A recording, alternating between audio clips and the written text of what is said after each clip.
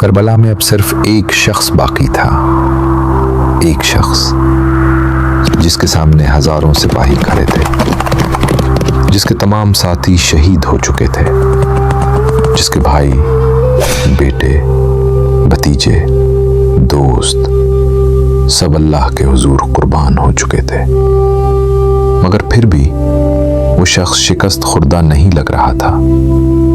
وہ مظلوم تھا لیکن کمزور نہیں، وہ تنہا تھا لیکن بے سہارا نہیں، کیونکہ اس کے ساتھ اللہ تھا، اور شاید یہی کربلا کا سب سے بڑا راز ہے۔ میدان خاموش تھا۔ امام حسین رضی اللہ عنہ خیمے کی طرف آئے۔ حضرت رباب رضی اللہ عنہ نے 6 ماہ کے علی اصغر رضی اللہ عنہ کو گود میں دیا۔ بچہ کئی دن سے پیاسا تھا، ہونٹ خشک تھے، جسم کمزور ہو چکا تھا۔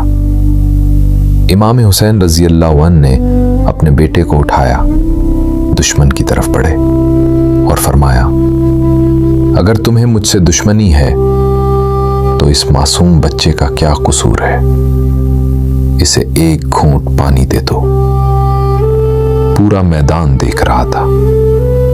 ایک باپ اپنے پیاسے بچے کے لیے پانی مانگ رہا تھا، مگر اسی لمحے ہرملہ نے تیر کمان پر رکھا اور ایسا تیر چھوڑا جس نے تاریخ کو خون سے لکھ دیا۔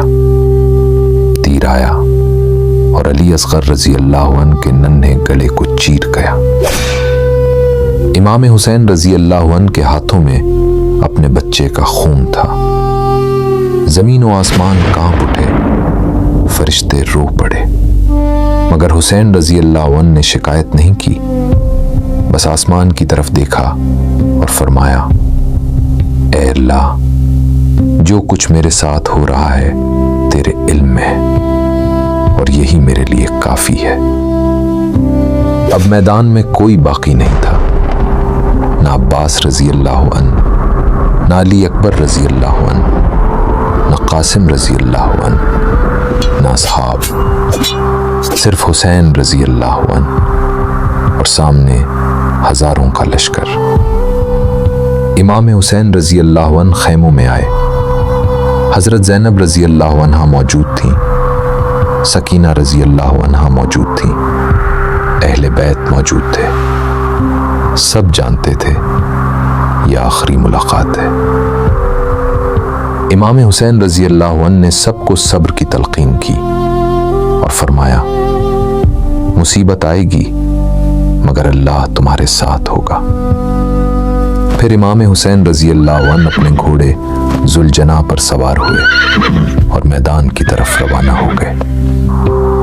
یہ صرف ایک انسان نہیں تھا، یہ حق کا پرچم تھا، یہ صبر کا پہاڑ تھا، یہ رسول اللہ صلی اللہ علیہ وسلم کے گھرانے کی عظمت تھی۔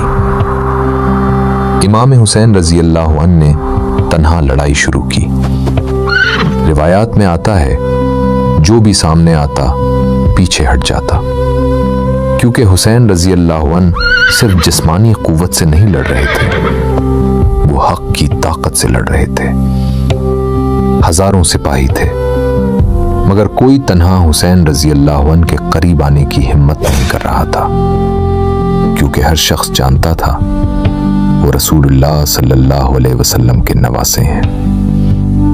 پھر چاروں طرف سے حملے شروع ہوئے، تیروں کی بارش ہوئی، نیزے برسنے لگے، تلواریں چلنے لگی۔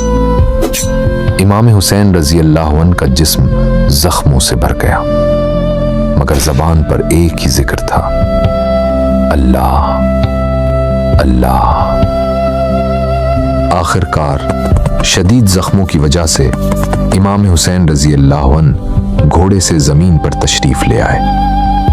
کربلا کی گرم ریت پر آسمان خاموش تھا، زمین خاموش تھی، وقت جیسے رک گیا تھا۔